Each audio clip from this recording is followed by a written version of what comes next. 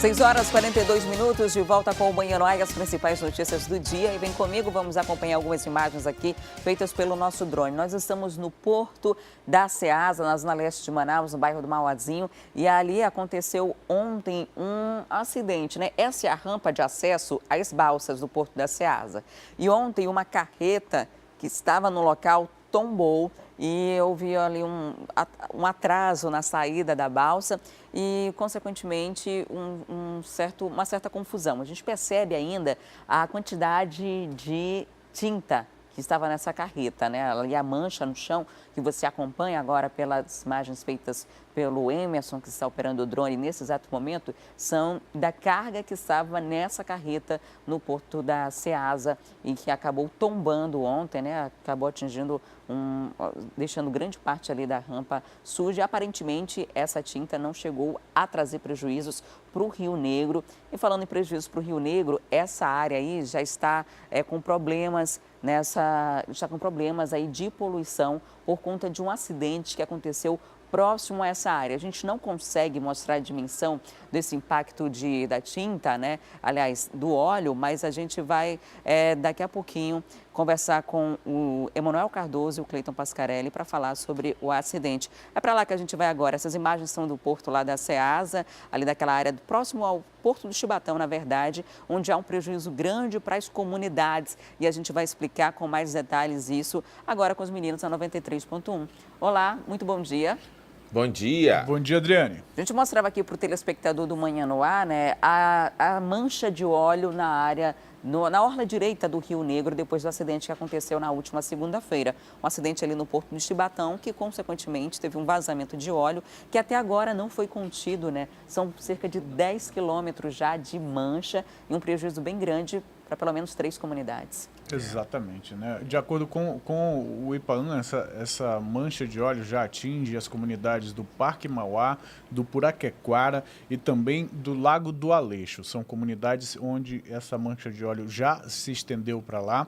Existe uma recomendação do órgão do Instituto de Proteção Ambiental aí em relação às pessoas para que não consumam essa água, para que não entrem na água, porque a gente sabe que muitas pessoas dessas comunidades acabam utilizando o rio para tomar banho, para lavar roupa, fazer algumas atividades domésticas. Então a recomendação é que as pessoas não entrem na água, enfim, sobretudo nessa área onde essa mancha de óleo já atingiu. Essa mancha também já chegou próximo ao PROAMA, né, o Programa de Águas de Manaus aí, já chegou próximo. A captação não foi interrompida, continua sendo feita porque de acordo com a empresa que faz o tratamento de água, ainda não há a contaminação, mas o monitoramento está sendo constante e também ainda não há uma mensuração da extensão do impacto, ou na fauna, na flora, nessa área do Rio Negro que está atingido, ainda não há essa mensuração do impacto. O IPAAN precisa aí de pelo menos uma semana para que esse laudo técnico seja feito, seja divulgado. A estimativa feita pela empresa é de que pelo menos 1.800 litros de óleo tenham sido jogados no Rio Negro, que vazou aí do rebocador. O laudo vai determinar que tipo de óleo é esse, porque parece que não é um óleo comum, não é o óleo diesel comum, é um óleo mais grosso, um óleo bruto que foi lançado no rio, e isso pode inclusive aumentar o impacto. Foi feita uma contenção no local pela empresa responsável. A fiscalização do IPAAN detectou que essa contenção não é suficiente, não foi suficiente. A Petrobras deve ser chamada com a experiência que tem para tratamento desse tipo de impacto, desse tipo de contaminação, deve ser chamada. Agora, o IPAAN já adiantou que a conta deve ser para a empresa responsável pelo rebocador, responsável por esse acidente aí. Que inclusive já foi autuado, Adriano. E é uma situação bem delicada, né? Porque afeta essas pessoas de uma forma instantânea e por mais que no futuro possa ter uma multa ou alguma medida compensatória para essas pessoas, o hoje está prejudicado, né? Hoje está prejudicado porque elas não conseguem pescar, não conseguem manter as atividades ali que são comuns dessa área. A mancha está se estendendo e foi constatado que a barreira de contenção não estava sendo suficiente só ontem, né? E não precisa nem de ser um técnico da área, um especialista, para perceber que o óleo estava se estendendo ali na comunidade, nas comunidades. Foi preciso que a comunidade, que as pessoas reclamassem para que os olhos do IPAAM e de outros órgãos ambientais se voltassem novamente para essa área, né? Porque é um acidente que é grave, levando em consideração os problemas ambientais, porque uma quantidade de óleo como essa diminui a oxigenação do rio e, consequentemente, pode matar ou contaminar as espécies que são consumidas e comercializadas nessa área, né, as espécies de peixe. Agora, também, o IPAAM, junto com o IBAMA, diz que vão intensificar, na verdade, fazer fiscalizações na área do porto. O Chubatão é o porto privado, o maior porto de Manaus, é um porto privado, existe uma movimentação diária muito intensa e esse tipo de fiscalização não tem que acontecer quando há um acidente. Deveria ser frequente. Deveria. Agora, né? Tem uma situação que traz... Um contexto que traz uma preocupação por conta dessa situação. A gente está falando aqui do acidente de um rebocador. Né? A gente está falando de um rebocador, aquela embarcação que movimenta as balsas e que ali no porto trabalha para ajudar a manobrar os navios. Agora, imagina, Cleiton, Adriane, os ouvintes da 93.1 e os telespectadores do Manhã no Ar, imagine se fosse um cargueiro daquele que transporta óleo, que sempre está atracado e que utiliza, e justamente naquela área da cidade, será que a contenção que se faria seria uma contenção parecida com essa? A gente está preparado? Essa área industrial aí da orla do Rio Negro, que recebe toda essa movimentação de dezenas de navios todos os dias, está preparado para conter um acidente com um número maior? A empresa fala em algo em torno de 1.800 litros. A gente sabe que causa um impacto muito grande, mas se fosse um cargueiro, a gente estaria falando aqui de milhões de litros de combustível lançados no Rio Negro. É preciso que haja não só a fiscalização, mas também que seja verificado se existe o aparato técnico para conter um acidente numa escala maior. Agora, além dessa questão, da preocupação em que a Manaus Ambiental tem que ficar de olho, é a possibilidade da contaminação, né? Porque essa mancha está se estendendo, ainda não foi contida e está se aproximando da área do Proama. O Proama abastece as zonas leste e norte da cidade, onde a água é fornecida e se realmente chegar a essa área, o prejuízo pode ser muito grande. E o prejuízo, inclusive, para as pessoas, né? A questão de saúde. Esse é o grande perigo. E depois tem gente que não sabe o porquê que o Ministério Público Federal é contra a construção de um porto ali na área do encontro das águas. Continuar acompanhando esse caso, trazer os detalhes para quem acompanha a nossa programação e cobrar também das autoridades responsáveis um posicionamento diante desse cenário aí para que a gente possa ter uma resposta, uma contenção, se os reforços que devem chegar inclusive da Petrobras para conter, cheguem logo para que isso seja resolvido o quanto antes, né? Um dano ambiental muitas das vezes é irreparável. Muito obrigada, Cleiton e Emanuel, pela participação. Um excelente dia para vocês. Obrigado, bom dia, até amanhã. Bom dia, Adriane, até amanhã. Até amanhã. E olha só, esse também é um destaque do jornal A Crítica de hoje. Você pode acompanhar essas informações com mais detalhes ao longo da nossa programação. Lá tem todas, no jornal A Crítica, né? Lá tem mais detalhes, fala dessa mancha quilométrica, desses 10 quilômetros aí de poluição que afetam a orla direita do Rio Negro.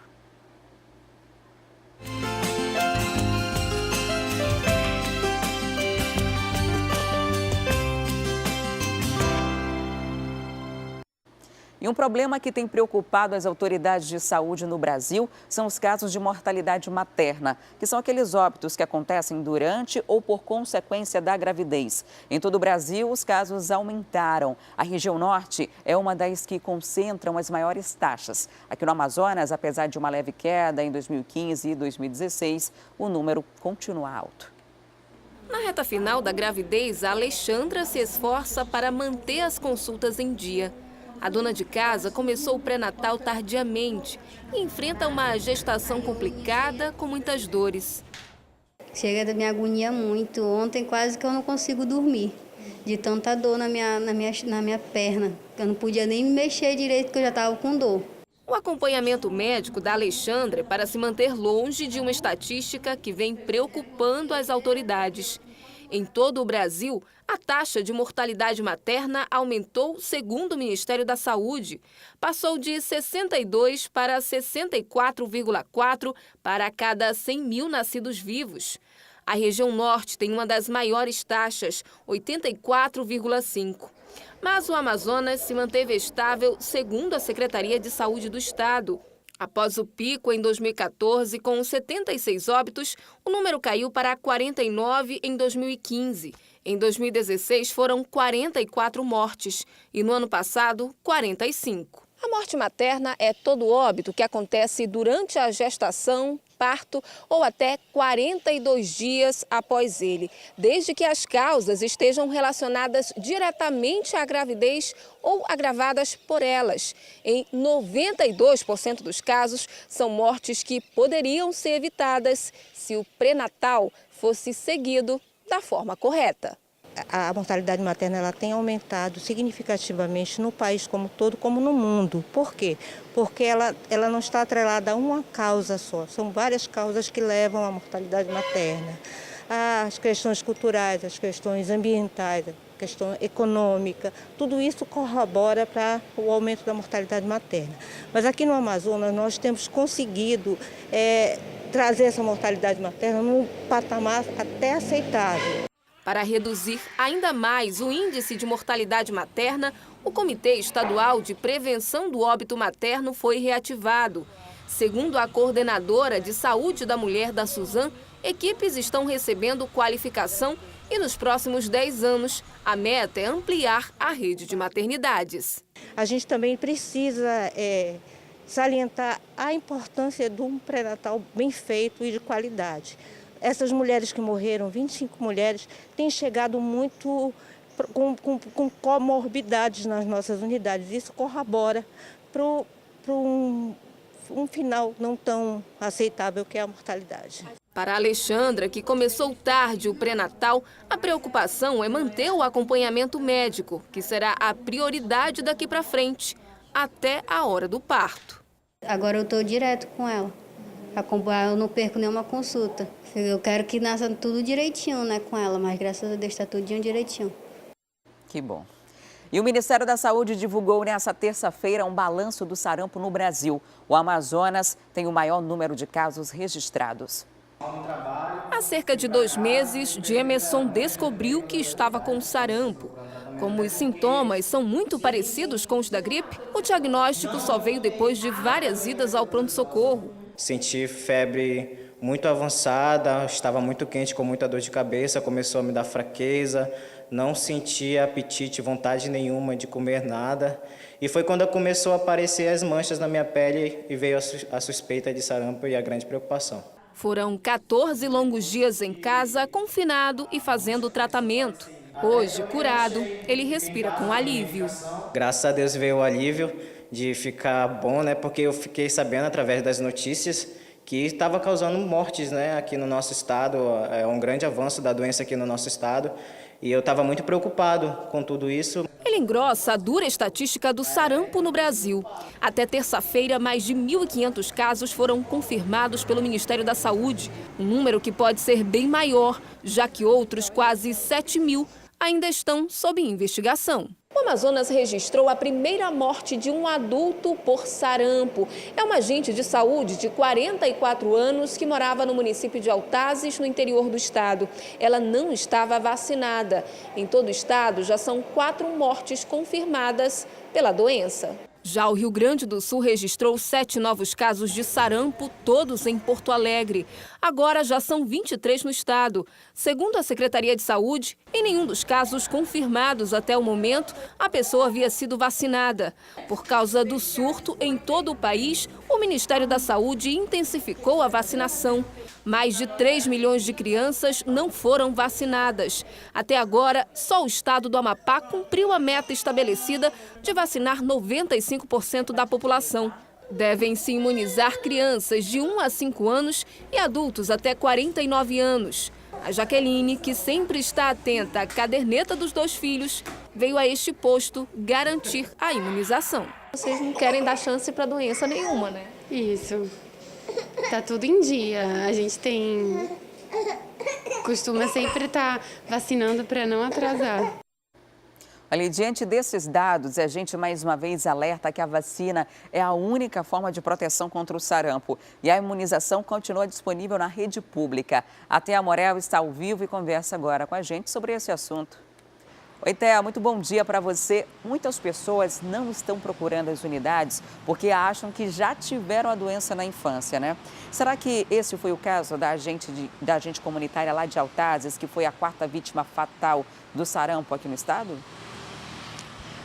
Bom dia a todos, bom dia Adriane. Olha, de acordo com as informações que foram repassadas pelos familiares para a imprensa, a agente de saúde Alcimara Jaque Minuti, de 44 anos, realmente não havia tomado a vacina porque identificava que teria tido o sarampo na infância. Como existe aí o fato de que muitas vezes você, quando tem uma doença, você já desenvolve os anticorpos necessários, você já fica imunizado contra aquela doença, e no caso do sarampo, é uma das doenças que depois que você realmente tem, você não volta a ter, a agente de saúde não teria tomado a vacina. Essa informação foi inclusive confirmada pela Fundação de Vigilância em Saúde, que diz que ela não tomou a vacinação. Tem muita gente, Adriane, que realmente deixa de tomar a vacina porque acha que teve a doença na infância.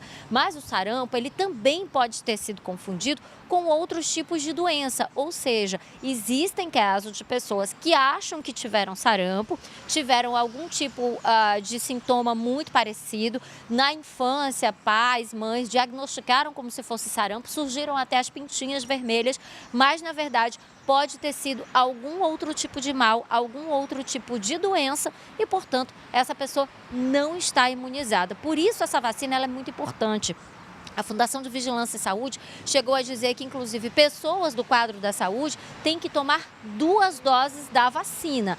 Agora, a informação também dada pelos familiares, ela é um pouco conflitante no sentido de que ela não tomou porque teria ficado doente na infância, mas também chegaram a informar que em Altazes os adultos não estão sendo vacinados. A família da agente de saúde disse para a imprensa que teve que vir para Manaus para conseguir essa imunização. Também disse que durante o tratamento houve várias séries de problemas, né, de falta de atendimento em Altazes, eles tiveram que vir para cá. Aqui também houve uma série de complicações. Então, assim, é preciso realmente apurar esse caso para saber onde é que está a responsabilidade. Mas é um fato. A agente de saúde realmente não tomou a vacina porque imaginou que tivesse a doença na infância e que estaria imunizada. Infelizmente, não foi o que aconteceu. Depois que o diagnóstico saiu realmente dando ela como um dos casos confirmados de sarampo e que por outras condições, por outros tipos de problema, acabou gerando aí a morte dessa agente de saúde. Adriane. Fica o alerta, né, para esse tipo de situação, para quem acha que já teve a doença e também para quem acha que é uma doença característica da infância, né, que só criança tem sarampo. Todo mundo precisa se vacinar, é preciso que se esclareça se de fato está faltando vacina na rede pública, porque também não adianta convocar a população e quando a população chega não conseguiu o atendimento que é necessário. Agora, até a gente continua com essa vacinação regular contra o sarampo por conta do surto para pessoas até 49 anos aqui no Amazonas. Já a campanha de poliomielite está acabando, né? Termina amanhã. Isso, a data oficial da campanha de vacinação da polio termina amanhã. É uma data estabelecida pelo Ministério da Saúde para poder fechar os dados, porque você precisa realmente saber qual foi a cobertura vacinal que foi atingida em relação à campanha da polio, para você saber também se precisa fazer uma nova campanha, para saber quais são as localidades do país onde é necessário implementar a vacina, né? E no caso da vacina da polio, a gente tem aí 2 situações diferentes, viu, Adriane? Tem crianças que apesar de todas essas campanhas que a gente sempre vê todos os anos, que não foram para os postos de saúde, os pais não levaram essas crianças até os postos de saúde para receber a vacinação. No caso dessas crianças que nunca foram imunizadas contra a poliomielite, elas vão receber a vacina injetável. É uma vacina diferente. No caso das crianças que sempre seguiram as campanhas, que sempre seguiram aí os períodos da vacinação da polio, elas recebem as gotinhas. O que a gente não tem certeza ainda é se com essa extensão da campanha de vacinação contra o sarampo, né, que inclusive vai ter postos de saúde abertos em todo o país no próximo sábado, se também vai estar sendo aplicada a vacina da polio. Geralmente, os agentes de saúde, ao ver o cartão de vacinação, se perceber que a criança necessita da vacina, se a vacina estiver disponível, devem dar a vacina. Agora, mesmo assim, é muito importante para que os pais não deixem para ir só no sábado. Se você sabe que você não participou da campanha de vacinação do pólio, é importante que você vá até o dia 31 de agosto, porque esses dados que são consolidados pelo Ministério da Saúde, eles são muito importantes, são eles quem determinam as políticas públicas de saúde, são eles quem determinam as próximas campanhas, entendeu? Então, o ideal mesmo é que, pelo menos no caso das crianças que vão receber a vacina de polio, a vacina da polio é só para criança, não é para adulto, principalmente nos casos das crianças e até para evitar também uma superlotação dos postos nesse novo dia D que foi estabelecido pelo Ministério da Saúde, né? O ideal mesmo é que os pais procurem antes do encerramento da campanha, antes do encerramento desses dados, que é no dia 31 de agosto. Existe aí, por conta do sarampo, uma extensão, um novo dia D de vacinação que está programado para o próximo sábado em todo o país, mas, a princípio, o foco desse dia D é o sarampo. E nesse dia D, os postos de saúde certamente vão estar lotados, porque não vão ser só as crianças, vão ter também as outras faixas etárias, adultos até 49 anos. Adriane. Tá certo, Thea. Muito obrigada pelas informações. Então, você aí de casa, fique atento. O dia D, no sábado, é de polio, que é a vacina, as gotinhas, né, para você garantir a imunização. A campanha oficialmente termina amanhã, mas vai ter essa grande ação no sábado. Lembrando que tanto o sarampo quanto a poliomielite, a vacinação está dentro do calendário regular. Então, se sua criança completar a idade ali no que prevê essa vacina no cartão, você pode levar em qualquer unidade básica de saúde. O que muda é essa contabilização dos dados e, consequentemente, também muda a questão de informação do Ministério de Saúde, entre outras coisas.